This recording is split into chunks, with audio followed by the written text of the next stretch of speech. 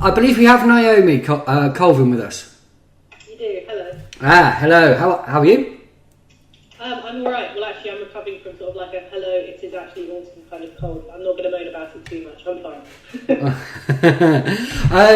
fine. You've been busy of late. Yeah, just a little bit. Now, I know we've been speaking over the weeks, and this has really been the first week you've been able to join us. Thank you for that. Now, lots is occurring with Lauri Love's extradition case. Could you just give us an overview of where the case is at the moment and what the next steps are? Yeah, of course. So, as your listeners will remember, on the 16th of September, the district judge at Westminster Magistrates Court ruled against Lauri in this quite strange ruling that said that, all the medical evidence is right and he is a suicide risk, but we think that the US will be US businesses will be totally able to deal with it, which is sort of a bit of a bizarre ruling, really. And it certainly goes against the spirit of the legal changes which are supposed to kick in after the Gary McKinnon thing, which is that, if someone is vulnerable and is a suicide risk, then there should be a protection against extradition.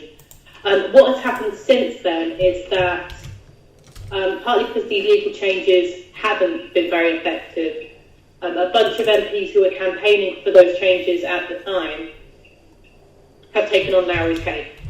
And there's also been some press stuff, but let's talk about the MP thing first. It's probably the main event. So to cut a long story short, a letter went out to Obama and the US ambassador in London and the British ambassador in the States on Wednesday. It finally went out this week with 114 MP signatures on it. 114. That's outstanding.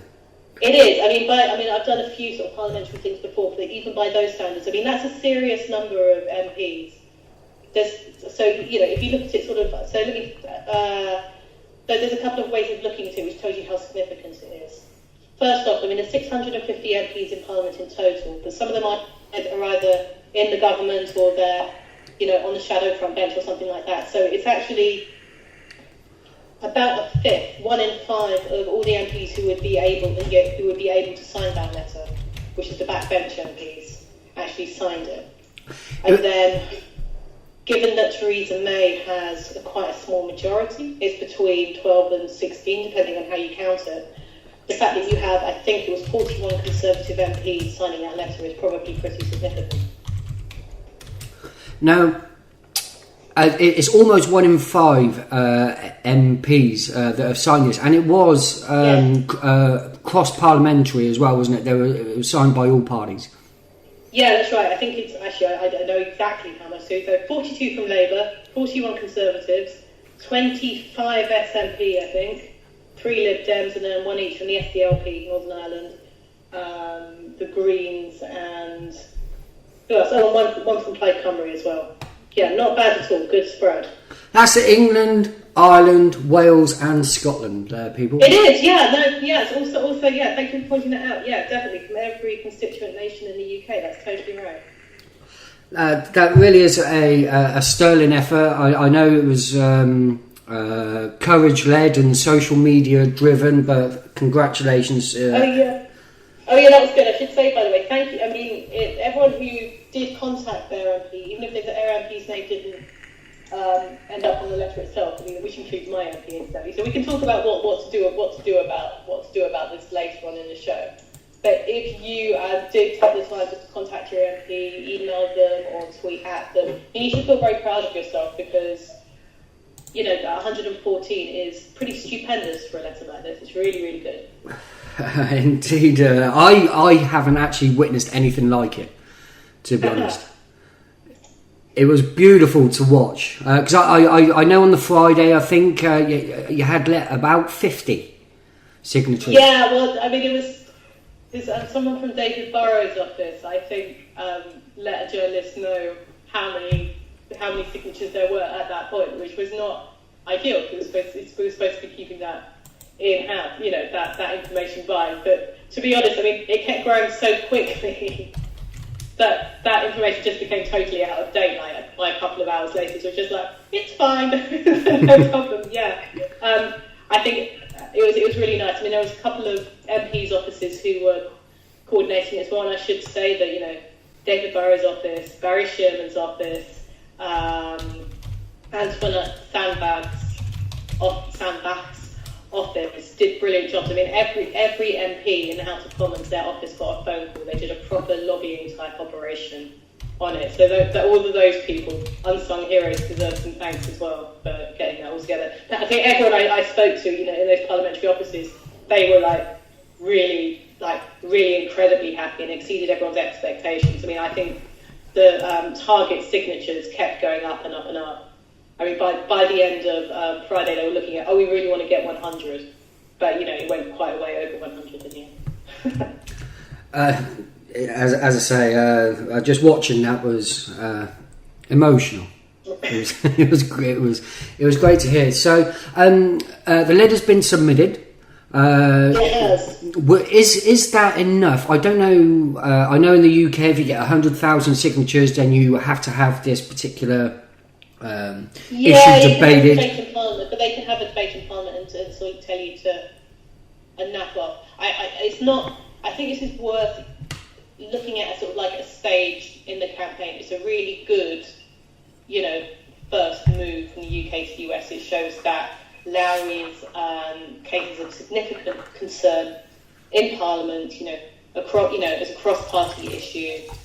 I wouldn't expect, well, you like, you know, the answer to come back and to solve everything yet, but it's we're going to keep. But the job now is to keep the pressure on, and we have this insider channel sorted out, which is really cool, because I think the MPs who coordinated this, Barry Shearman and David Burrows, they're in this for the long haul. I think they're not going to stop doing stuff. In fact, Barry Shearman mentioned Lauri in the House again just on Wednesday, I think. So now we've got this sorted out, it's up to us to keep the pressure on as well from outside Parliament, and to make sure that the other important issues that we are concerned about connected with Lauri's case, so, you know, the US war on whistleblowers and hacktivists and the problems with the CFFA and all of this kind of stuff doesn't get lost in the mix.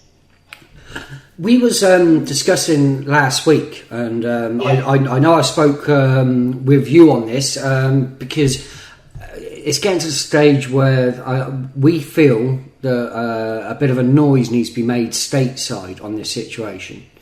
Yeah, I agree with that. And one of the things I'm looking at the moment, sort of my next stage, I think we've got to the point in the UK where even if not everybody has heard about it, that's only a matter of time, and it's sort of a mainstream media issue. I think we've cracked that in the UK now. One of my main focuses is raising the noise level in the States and doing that in a useful way. So yeah, that's definitely on my radar. Another thing we need to do is to have prominent people in the US standing up for Lauri's interests, and that's another thing that we're kind of sorting out at the moment. So yeah, I agree with you. That is on the agenda. What we was thinking is, and we can do this probably while we are live on air, and that's like a live tweet storm to Democracy Now! Because we think they would run with this story. Yeah, do that. I mean, Sarah Harris, of course, I worked with Democracy Now! not too long ago. So yeah, do the tweet storm with her. Okay, if we could get this going, is it Amy Johnson? Amy Goodman, isn't it? Amy Goodman. It's Amy Goodman. You will have to bear with me today. It's I'm not functioning on all cylinders. That's all right. So Amy Goodman is an outstanding broadcaster. To be fair, she has to be given credit. We can't believe that she was inciting riots, can we? No, I mean, I only managed to keep a sort of half an eye on that because, you know, it's been a crazy few weeks. But yeah, it's obviously a huge relief that seems to have resolved itself, has it? Am I right in thinking that? We believe so. Yeah. They're still working on further charges, but the riot charges have been dropped. The rioting charges, yeah. How can a journalist be there and class as a riot inciter? pretty draconian situation in the US at the minute. Well, it is. I mean, it's the kind of thing you would expect to happen in Russia, isn't it? Not. Yep. Damn, that's a hateful statement, isn't it? Damn. Commie bastards. Well, to be fair, if you do look to the Russian government, I think it was a week or so ago now when their bank accounts were closed for Russia Today. Is that true? Is that not just somebody else, another Russian company operating it with? No, it was a letter sent to a supplier of Russia Today that Russia Today got hold of and spun the entire news cycle for 24 hours into the UK bank is closing Russia Today. So it wasn't bank true at all? No, it wasn't true. That's exaggerating the news. That's where it gets you. Propaganda, but although it should be said that the probably one of the reasons why that was taken seriously, we had some credibility, because it was reported all over the place, wasn't it? When what's her name, Margarita Simoyan, whoever the person in charge of Russia Today, has tweeted that. So I do remember that it was picked up by the BBC and other places. I mean, had it not been for the fact that groups like Cage and other sort of groups fighting for, rights of Muslims and other people affected by the war on terror in the UK have had, their bank accounts closed with no right of appeal, then that probably wouldn't have been given the credence that it was. I mean, there is an issue with that stuff in the UK. Peter Robourne, who is not a liberal by any stretch of the imagination, right? He used to write for the Telegraph, and I think he still writes for the Mail. But he was up in arms about that stuff back in the day. So there is a bit of an issue with that kind of thing in the UK. Indeed. People are asking for tweets being put together. Just send whatever you got. Whatever you've got, just send it to Democracy Now. Democracy Now is the actual Twitter for the account, but also Amy Goodman, if we could appeal to her beautiful nature and get this, because nobody apart from whoever listens to this show, pretty much nobody in the States will get to hear of Lauri Love.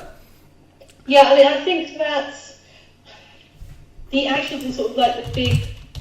There's been some reporting of the big news stories. So on September the 16th, that did make it into the US press as well, I think. Certainly online, if not in print. But there's been very little sort of detailed coverage of the case in ways that's going to make people stand up and go, oh, right, there's something really not right going on here. So, yeah, that's something to be worked on. Any ideas you have, by the way, send them over to me. I'm only too happy to accept assistance on this stuff. I've astounded. Please bear with me. I'm astounded by the support that you guys at Courage have managed to whip up. Courage Foundation. Do you want to give us a bit of an overview of Courage Foundation, the work it does? How we can find you guys and what we can do to support, because Lauri Love is not the only beautiful person on that list, shall we say. Yeah, not the only person on our list, although it sometimes seems like the only person on my list, but that's not actually true. So the Courage Foundation, we're quite a new organisation. We set up formally, we launched formally, I think it was July before last, July 2014. So the Courage Foundation exists to fill a gap, which is individual support for activists and whistleblowers and others who have done important work in putting information on the public record and encouraging people to act on that information. We have 7 beneficiaries, of which Lauri Love is one. Our first beneficiary was Edward Snowden. We still run his official public defence fund. And if you like, the idea from Courage came from realising that, which in Edward Snowden's situation was obviously quite obvious and quite an extreme situation, that when it comes down to it, yes, people will can understand the importance of reporting on material that's brought forward, but for the actual whistleblower or truth teller involved, there's very little in the way of organised individual support. So we filled that gap. Sarah Harrison, who's the acting director of Courage, of course, got Snowden out of Hong Kong and got him to a place where he's not at immediate risk of extradition and US prosecution, which is good.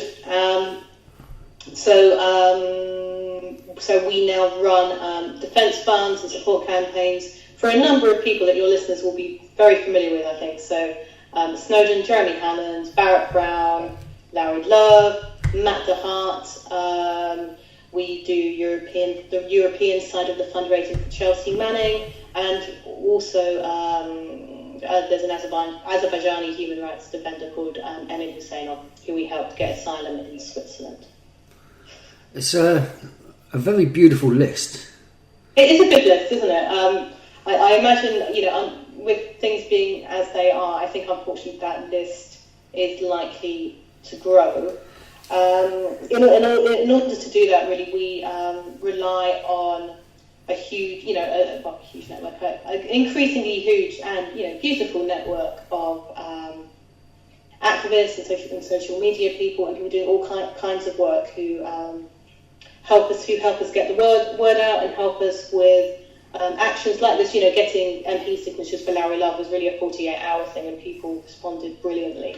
So that's so if you keep an eye on our Twitter feed at Courage Found, then that's a really good way of keeping up with what we're doing. Donations, I mean, it's quite boring to mention, but donations really help us keep going. Our resources are not huge, and the need that we respond to, unfortunately, is quite huge.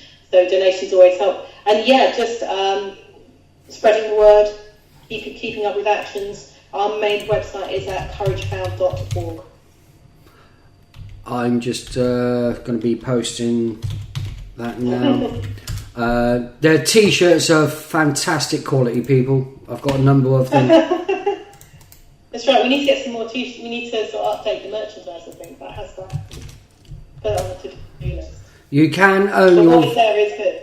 You can walk around. I did through US immigration with an Edward Snowden quote on a T-shirt. Did you? did you get pulled away for extra questioning, or were they? No. The Americans are actually more welcoming than the Canadians. The Canadians have an issue. Interesting. The Canadians had an issue with me, is that they didn't understand why I'd be visiting them. Okay, well that's an interesting issue. Which bit of Canada were you going to? Nova Scotia. They said, what are you doing here? Nobody comes here. So I posted the link there, guys. Courage Foundation. You can see all the beneficiaries from Courage. To help with Lauri, and I think it's to support Amy Goodman as well. Maybe Amy will be your next beneficiary. Well, let's hope it doesn't. Excuse my spluttering. It's just a cold. I wasn't a shock at the question. Let's hope it doesn't come to that, right? But she would fit the criteria, I think. I believe she would indeed, and some. All of the people on that list have performed miracles for social justice. Remember that. Yeah, they're all very important people, and I think that. The thing I tend to keep saying at the moment is that obviously bringing information to the public and making sure it stays, sources and journalists and publishers and the people and the other people in the chain who make that happen is incredibly important. It's a good in itself. But what is really vital about bringing information to public attention is that it's a real cue for social and political action. In fact, I think it's one of the best catalysts we have. Without tax whistleblowers, there'd be no UK Uncut. Without Chelsea Manning, look at what happened all the way through 2011. It's hard to think of disclosures having a bigger impact than that, really. That's the key thing. If you want the world to become a better place, then you've got to support people who are putting information on the public record, because that's the way we're generating change these days. We've seen it before. None of us here are new to this. we've lived through Snowden. This is now a post-Snowden era. This is a post-Chelsea Manning era where we understand how our militaries operate. We now know how our intelligence services operates. Is through these heroes. We wouldn't know about this. You've got your inklings. You've got the people before them that released information. Which, as soon as it's released, you need to bear in mind the information that's released is out of date. We're not talking current capabilities of our intelligence services. We're discussing historic capabilities into surveillance and manipulation of cryptography and their attacks on Tor, and it's an arms race, people. Right, well, I mean, there's at least two aspects of, if you like, the sort of current wave of disclosure of information which are particularly important. First of all, as you said, it's not like Edward Snowden was the first NSA whistleblower, but he was the first to produce documents. And, having, written evidence of something to refer to does make a lot of difference in the end. So it allows, it means there's no room for doubt, or no credible room for doubt, and that's very important. And for people to be like, for instance, following up with legal activism, launching court cases and that kind of thing, that makes a huge difference. The other important thing from sort of the current wave of disclosure is not just having documents, but also preserving those documents and making them available for future researchers. One of the things that Courage has done, which I'm very proud of, is we've created a database of all the published Snowden documents, which your listeners can find at search.edwardsnowden.com, and it's quite a valuable resource. I use it all the time. Because I think that one of the important things about having documents, and a critique I would make of, arguments you often hear journalists making, is that, if you're going to release documents, you need journalists to give important context, and explain what those documents are. I mean, that's true to some extent, but you also need the documents to be available, because in the best in the world, if you had the most expert set of analysts ever looking at a group of documents, at best they can only tell you what is interesting in the documents looking at the time they're writing the article. You need to make sure those documents are preserved and accessible into the future, because people who are looking at them, months afterwards or years afterwards will come to them with slightly different questions, and they'll look at them in different ways. And if you look at how often the State Department cables are referred to in news reporting, even now, that's a really great example of it. I mean, they're almost standard reference material now for anyone who's writing an article on international affairs. So that is really important. So having documents and having an archive of documents is vitally important, and that's why I think that whenever a document release happens, I always look and see, how much of this information is publicly available, and are you making it publicly available to begin with? I mean, how extensive is the information you're making publicly available, and is there a proper database for people to look through it? That stuff is really, really important, and I have not a great deal of patience for people who say, oh look, this is the biggest leak ever, if when it comes down to it, the amount of documents which are actually publicly available is minute.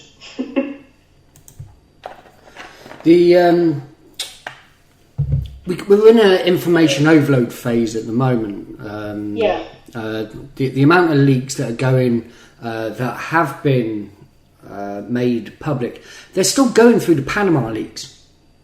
Yeah. It was only... that's a very good example of it, and there may well be reasons for this, and of course, once you're looking at tax information, there's all sorts of legal issues, and people can get sued for libel and all of that kind of stuff.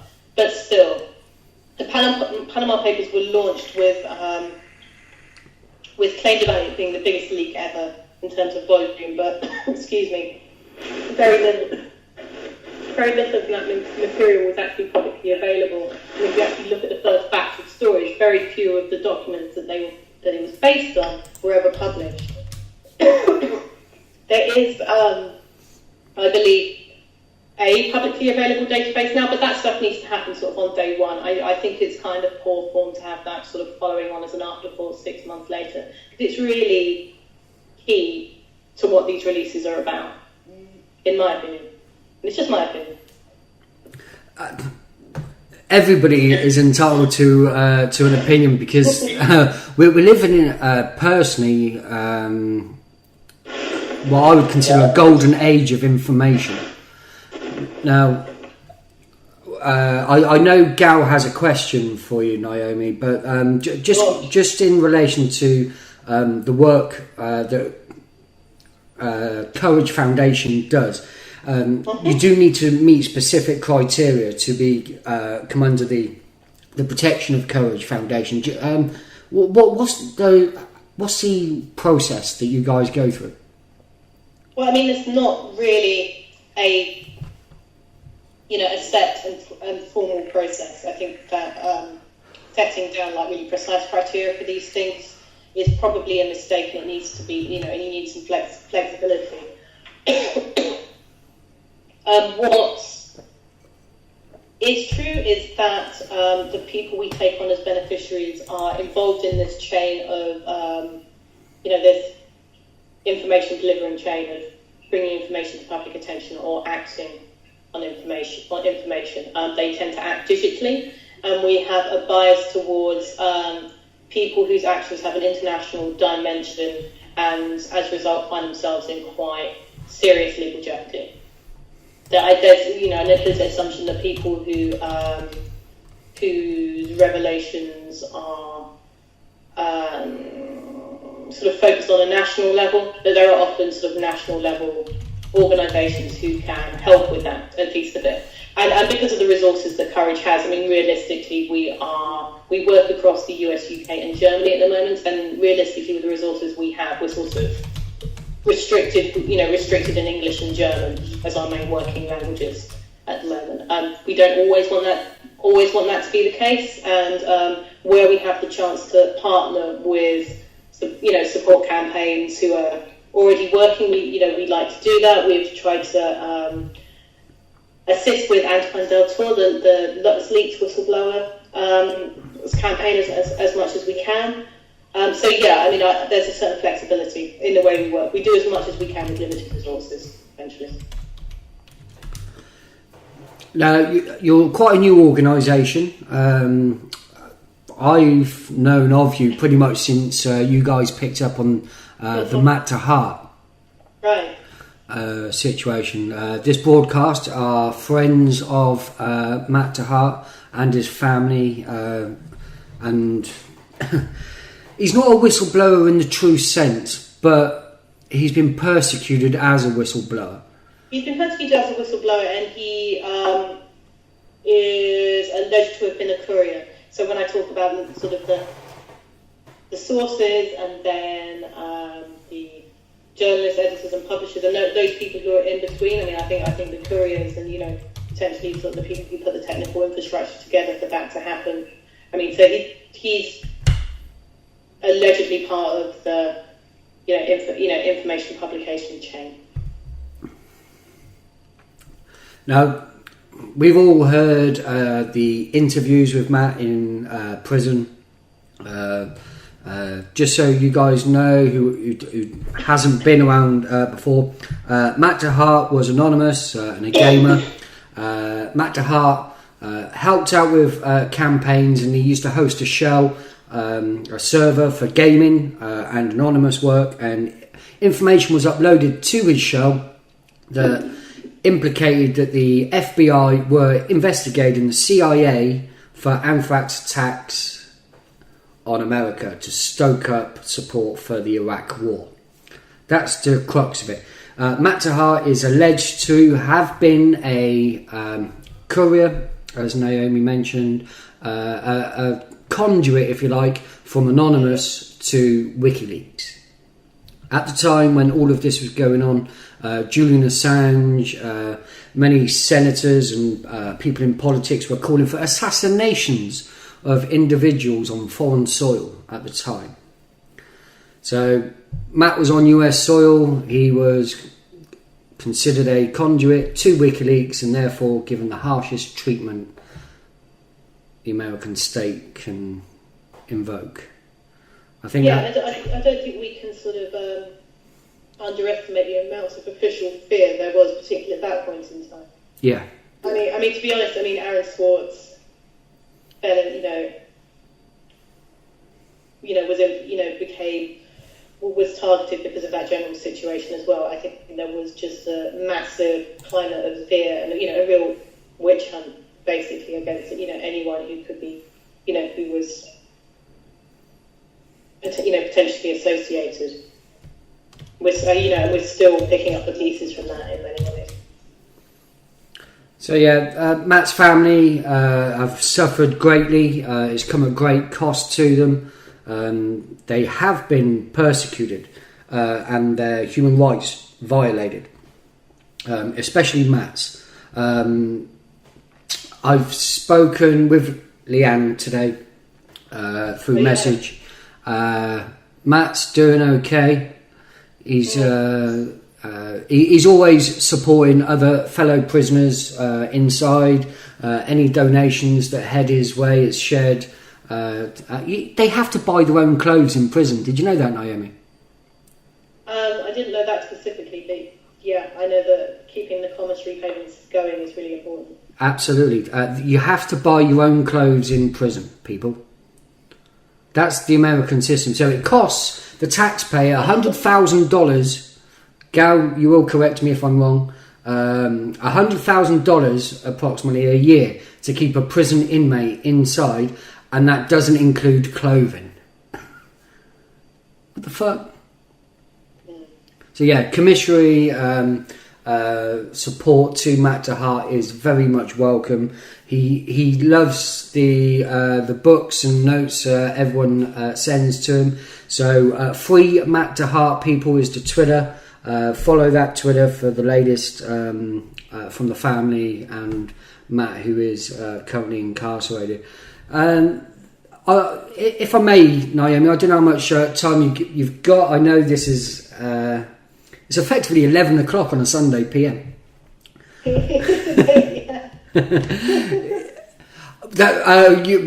had a chuckle because we used to do the show for 3 hours, but no, it was cut down to 2 because it was just too much with the Monday on its way. I'm on the road at 7 on a Monday, and so we cut the show down to 2 hours just for that very reason. Courage Foundation in itself, there's a lot of ties to WikiLeaks, and I just wanted to get your overall feel on the latest leaks from WikiLeaks with the Podesta emails and other such intricacies. American politics today, Naomi. I'm sure you've been watching what's going on over there. What's your thoughts? Hello, about the Podesta emails. I have to admit I've not looked into the latest releases in detail because probably won't surprise you to hear I've been quite busy for the last few weeks. However, it seems interesting to me that the reaction to this set of releases has been as extreme as it has been. You'll have heard, of course, about John Kerry putting pressure on Ecuador in the light of this series of releases. That's potentially quite telling. I think it's certainly the case that the situation has been quite difficult. It's probably been the most controversial set of releases for quite a long time in terms of the US government reaction, and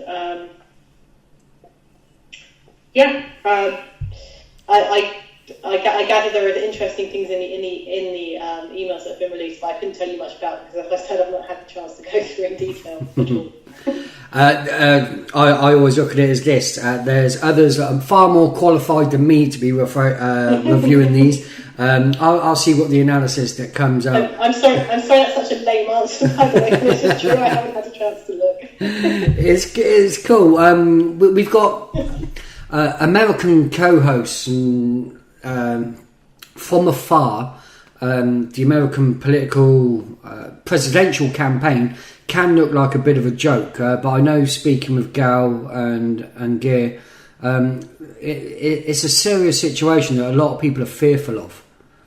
Over there. I mean, it's almost beyond parody, isn't it? I mean, there's a lot of, I know I keep banging on about this, but there's a lot of similarities between the presidential campaign, it seems to me, and the Brexit campaign, in that it's really taken place on this sort of, fact is neither here nor there, and nobody's really pretending that it is.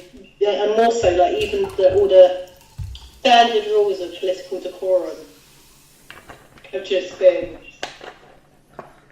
thrown to the wind. I mean, we all know, of course, that a lot of these rules are more cosmetic, than actual, but still this sense of a complete free-for-all, and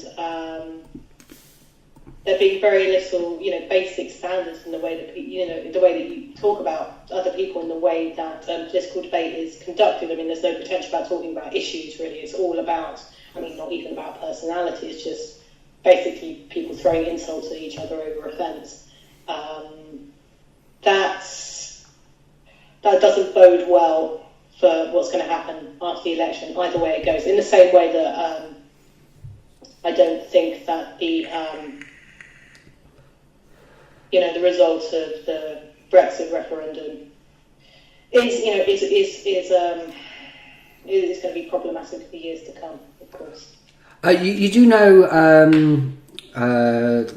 Aaron Banks, I think, is the financier for the. That's right. So he was funding UKIP for a long time, wasn't he? And he's quite an interesting guy in that he has money to put in politics, and he has, he thinks quite strategically about what he's doing. There are some quite worrying interviews with him in which he sort of outlines his political strategy in the UK.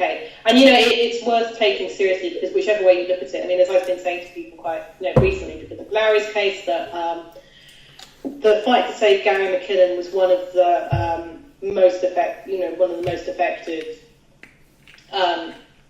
political, campaigns in British politics in the past 10 years. It's probably the second most effective campaign in British politics, because the battle to leave the EU has clearly been the most influential campaign in British politics. So it's worth looking at what those guys say about their strategies going forward, even if you profoundly disagree with them. I mean, I think that in many ways they are more serious and strategic thinkers than a lot of the people on the Remain side, albeit, of course, that they're profoundly wrong, but there you go. Just so you know, Alan Banks was... information was released a couple of Sundays ago. He's in the Panama Papers. Right. So the guy that wants to make Britain great again is a tax avoider. And why isn't this surprising? and I profess to be surprised. And in answer to Donald Trump's campaign looking like the Brexit campaign is because Alan Banks and Nigel Farage have been advising him. Right, yeah. I mean, that Farage link up is quite disturbing, isn't it? I mean, I've tried to not pay any attention to that just for the sake of my sanity, I think. Sometimes it's for the best. Gal, I know you had a question on Thomas Drake. Yeah, I don't remember what it was. Isn't Thomas Drake on the board, Naomi, of Courage? Yes, I believe he is. I couldn't find the word. It used to be on the site. I can't find it. It is. It should be on the site. Well, I'm going to have to check now. I know. I've always been able to go to it, and that's what I was, because you had said the first, that Snowden wasn't the first NSA whistleblower. And CourageFound.org about advisory board. That's where you're going to find it. Okay, thank you very much. A lot of people don't know Thomas. I spend a lot of time teaching about him in my classroom because he's so important to whistleblowing, along with everybody else that I talk about, but nobody ever knows that name. Well, nobody, never mind. Most of my students don't know Snowden's name until they come into my classroom, so. Sounds like you're a good teacher. American media, they'll do anything to keep it out of their minds. But they all know them all with Dewey's. That's all that matters. That's good. Now, if I may, Naomi, Courage is doing some outstanding work in the face of adversity. Do you guys, are you guys getting caught up in the cyber attacks and dissemination of information and just outright trolling and destroying, same as other support networks have been for freedom of information? What kinds of things are you talking about? Cyber attacks, like downing of websites, DOS attacks, smear, disinformation campaigns. Every organisation that I've seen working to the goals that Courage have, they have their detractors and sustain quite concerted attacks. I mean, I think that because of the work we do, I mean, the sort of disinformation and trolling tends to be focused on our beneficiaries rather than Courage as an organisation. I mean, we've been quite lucky that way, I think. But yeah, certainly looking at comments for Chelsea Manning in particular are frequently really quite vile in a way that probably wasn't true. I mean, I think it is worse actually. I think that quite unfortunately, I think the transgender issue makes it worse. This is a real sort of feast for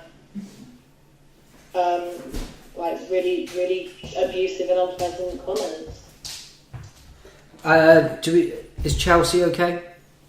Do we know how Chelsea is today? I believe so. I probably don't have any more recent updates than you do. I should say that Chelsea's legal team are great, as you know, and they are. I think they're very good about putting out publicly all the information that can be put out publicly. There's very little which is going on. Which my readers, there's very little that's going on that isn't actually announced publicly. Yeah, Chelsea Support Network really is second to none. It's great, and she deserves it, you know. She does. It's just a. How did you get involved in all this, Naomi? Let's talk a little bit about you, if we may. I'm not very interested. I've known of you since Occupy. London Stock Exchange, Occupy LSX. Yes. Was that your first toe into your path today, or not quite? Although it was sort of 2011 was the year in which stuff happened for me. But my first foray was a bit earlier. I became aware of what was happening to Chelsea Manning at Quantico right at the end of December 2010. I think it was Glenn Greenwald's article in Salon. It states it, doesn't it? That I read while at during the lunchtime at work, and just completely horrified by it. I was sort of expecting, because I don't know if I think it's worth revisiting that article actually. But Glenn mentions by the by, it's the first article that was talking about the conditions that Chelsea was experiencing at Quantico, which was let's not mince words, with no-touch torture, psychological torture, solitary confinement, being checked on every 5 minutes, all of this horrible stuff. And so Glenn mentions by in that article that Chelsea has dual citizenship, which when reading it article, I sort of, almost slapped myself on the head, because it was just like, oh, right, no, of course, that must be true. And my best friend also has dual British-American citizenship, and I was like, okay, yeah, Chelsea has a Welsh mother. Well, clearly, she has British citizenship as well. And I expected there to be a huge fuss about this, because, British citizens being tortured in the US Marine Brig, you'd expect something to happen there, right? Or maybe I was quite naive at the time, I don't know. But then nothing did happen. I had this sort of rising, how can I describe it, sort of like rising unease that in order for something to happen, I might have to do something about it. without knowing how to do that at all. But cut a long story short, this is like a real sort of late 2010, early 2011 kind of story in that, you could just have a Twitter account and pester people and you could get stuff done. So, basically got Chelsea recognised as a British citizen in the media, and then working with Anne Clwyd and managed that in Parliament, and and forced the British government reluctantly to make some diplomatic representations to the United States. And that, while it probably wasn't the only factor in getting Chelsea moved from Quantico to Port Leavenworth, I think it was the straw that broke the camel's back in that respect. So that was my first thing. It's quite difficult to top that, really. You started off in a ball of fire. Yeah, it was baptism of fire, and it was a really kind of it was a very intense and slightly paranoid time. And I didn't really, I was really sort of feeling my way through it. Turned out to be quite effective, but it was not something that, it was all totally new territory to me at the time. One result of that, though, is that by the time Occupy came around in October 2011, I couldn't really be fazed by anything by that point. I was just totally like, right, okay, let's go for it. Closing the cathedral, no problem, we'll get that reopened again. Just like, yeah, sure, no problem. Nothing phases me, and that's quite a useful thing to have in your back pocket. Well, Occupy kind of set the fire for a number of people. You've got the nanas now fighting fracking across northern England. Those ladies are just exceptional. They're beautiful ladies, and they're protectors of water in the UK. They're fighting fracking companies, and they're making serious inroads in that share prices are now being affected in certain fracking companies because of the work that these people are doing. It's outstanding. Yeah, I mean, there's a reason why Tina Louise is being targeted by Quadrilla, and they're trying to intimidate her out of her activism by trying to land her with a huge. With a huge legal bill. I mean, they've been extremely effective. So over £50,000. We spoke with Tina on this broadcast. You did good. The week before she was due in court to face up to these charges, and it's been kicked down the road. Yeah, I think we should I'm sure it's partly due to the attention. Because they're being charged for the clean-up of an area of land that they'd already filmed themselves clearing up. Yeah, that's right, and they're formally being sued by the landowner, I believe, but the landowner's legal bills are being paid by Quadrilla. There you go. So it's fairly obvious what's going on there. Quadrilla's share price is sinking because they cannot provide output information. Output information is the amount of hydrocarbons they expect to extract for every pound they spend on research and development. What the nanas are doing is effective. It is, and there's been all these moves from central government to override the decisions of local councils, which again speaks to the fact that there is what they're doing is having an impact. It's beautiful stuff. We're watching the atrocity. Gal, am I right in saying now that the human rights watchers are now heading to Dakota? Yeah, yes. I believe so. Again, they are. Human rights monitors being sent to the United States of America to protect indigenous tribes from its own government.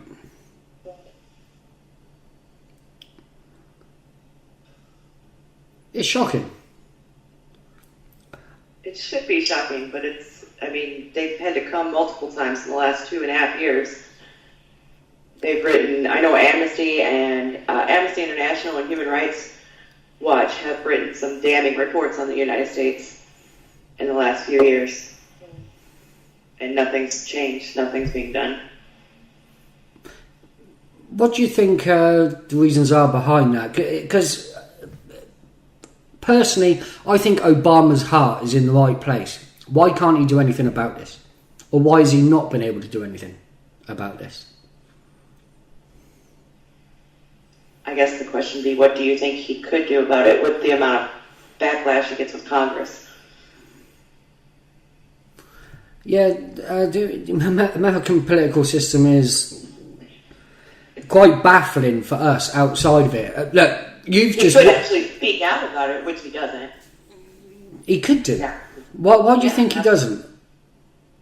I don't live in his mind. I don't know. If anyone can hack Obama's mind and find that answer out for us, it'd be greatly appreciated. We need to know what's going on in the mind of the leader of the free world, yeah? He's about to be replaced. I think it's a perfect time now to... He's going to write a memoir, yeah? He has to write a book. And I can see how that book is going to be portrayed. He was curtailed, he was restricted, his effectiveness was held. Now, is that going to be the legacy of President Obama? I don't know. Anyway, kind of getting off track. So, Lauri Love, we know the letter's been submitted to President Obama. And what's the next steps within the UK, Naomi? Because there had to be an appeal. We understood, and then from that appeal, it then goes where? Okay, so the situation in terms of the formal timeline is this. So, extradition is a political decision. Let's always remember this. It's a political thing as well as a legal thing. So it's ultimately a political decision. So we're waiting for Amber Rudd to come back with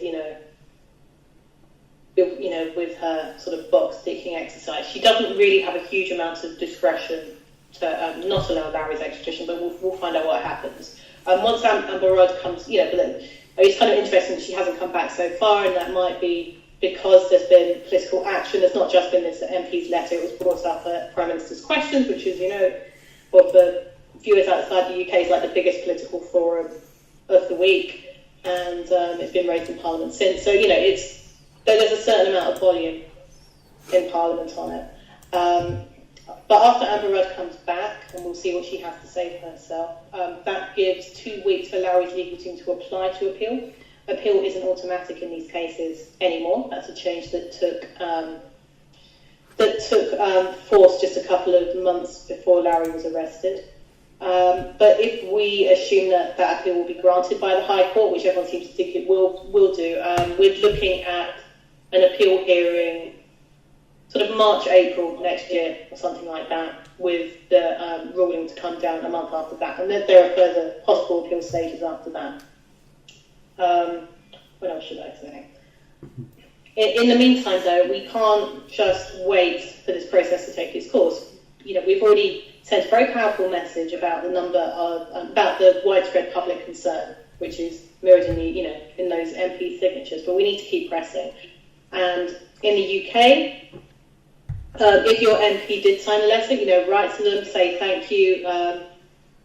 You can ask for your concerns to be passed on to Amber Rudd, the Home Secretary, and the US Ambassador.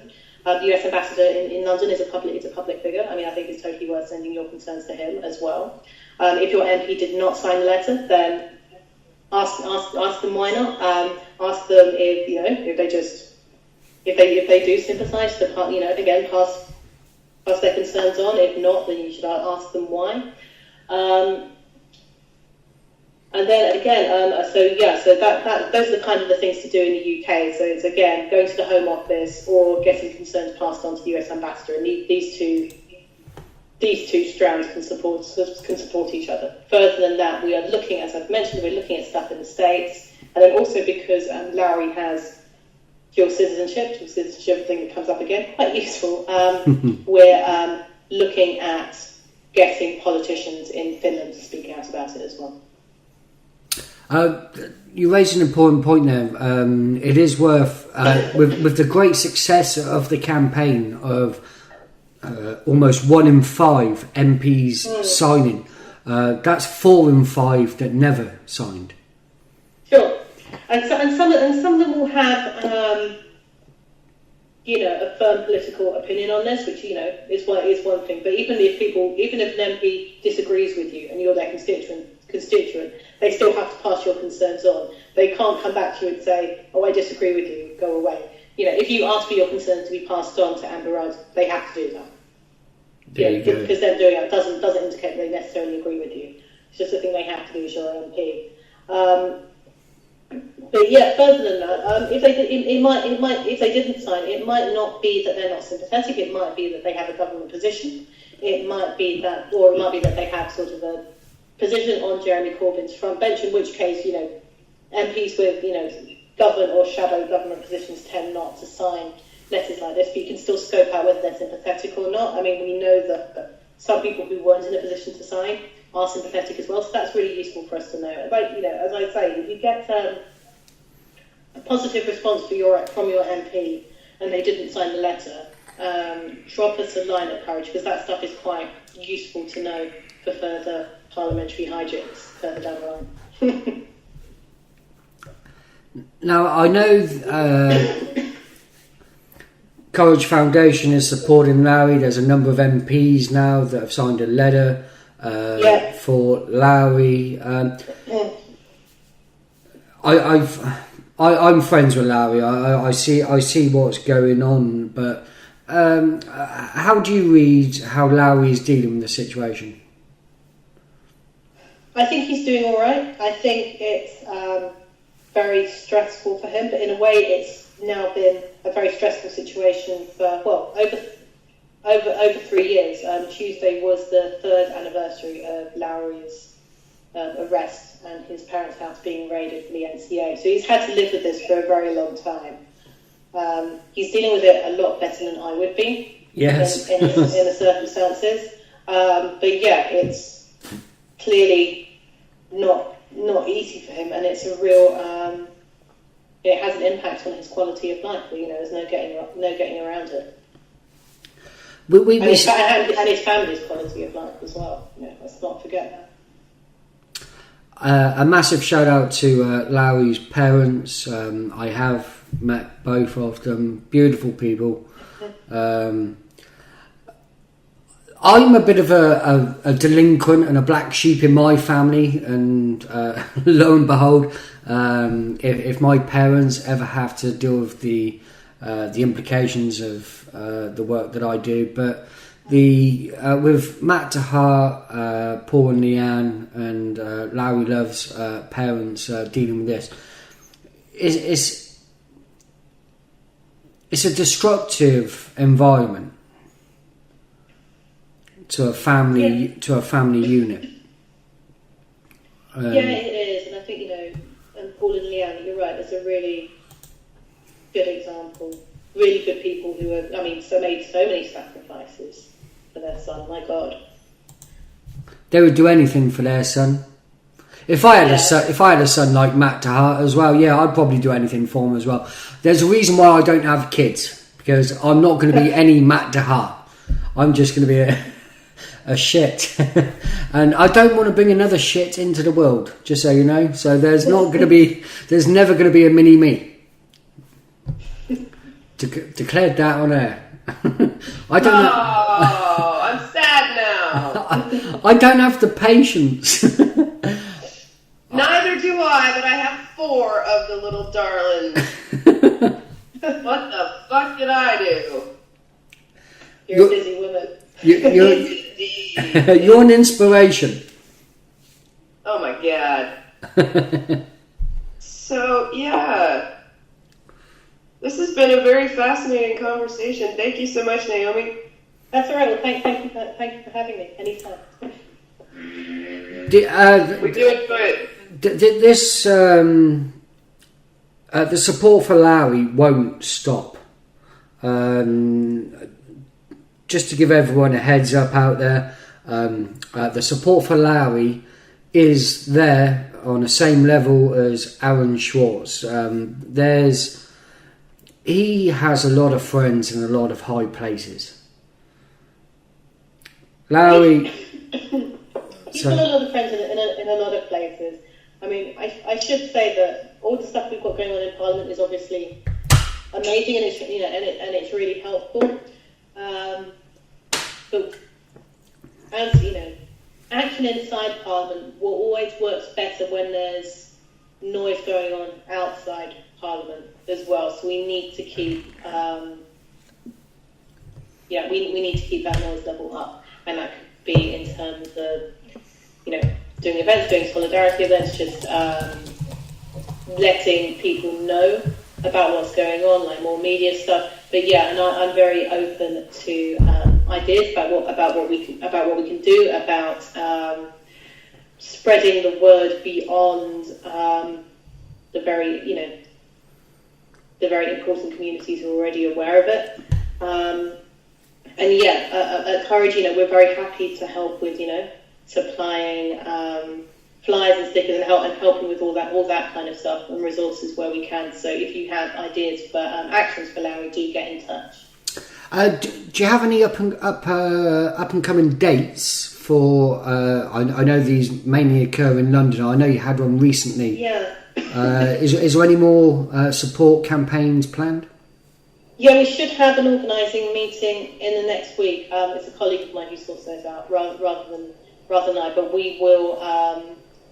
So it might be later in the week since we haven't announced it yet. But we will announce things on our Twitter, and we have a Facebook page as well, which isn't too difficult to find. So if you just keep an eye on those channels, we will announce events and then keep announcing them. Once there's something to say. Spam is your friend, people. I know certain spam is annoying, but informative spam, I don't know, set up some cycle tweets where you're offline and you can still tweet and share support, because the internet works 24/7. Just because you go to sleep, that doesn't mean you can't tweet. Share support for Lauri Love. There's one thing I should add, by the way. I know that people who've been following Lauri's case closely will remember that he also has launched sort of a civil action against the National Crime Agency, with a sort of British agency who were responsible for his arrest originally, and there's a lot of concerns about the way they conducted or did not conduct their investigation, which I could rattle on for hours, so I will not do that here. But and you might remember that earlier this year he scored a victory there in sort of a pre-trial hearing where the NCA tried to pull a sort of Apple versus FBI on Lauri and tried to use his case, or sort of take advantage of his case to try and weaken the protections for encrypted information in the UK, which failed, luckily. But anyway, so this case was sort of put on hold while the extradition hearing was happening. There may well be some news on that in the next 10 days or so. So that's another thing to keep an eye on. There we go. Support, people. It really is all about support. You don't know. One tweet can lead to a journalist picking up on a story and amplifying the situation of activists. With Matt to Heart, Adrian Humphreys, he saw a tweet. Right, yeah.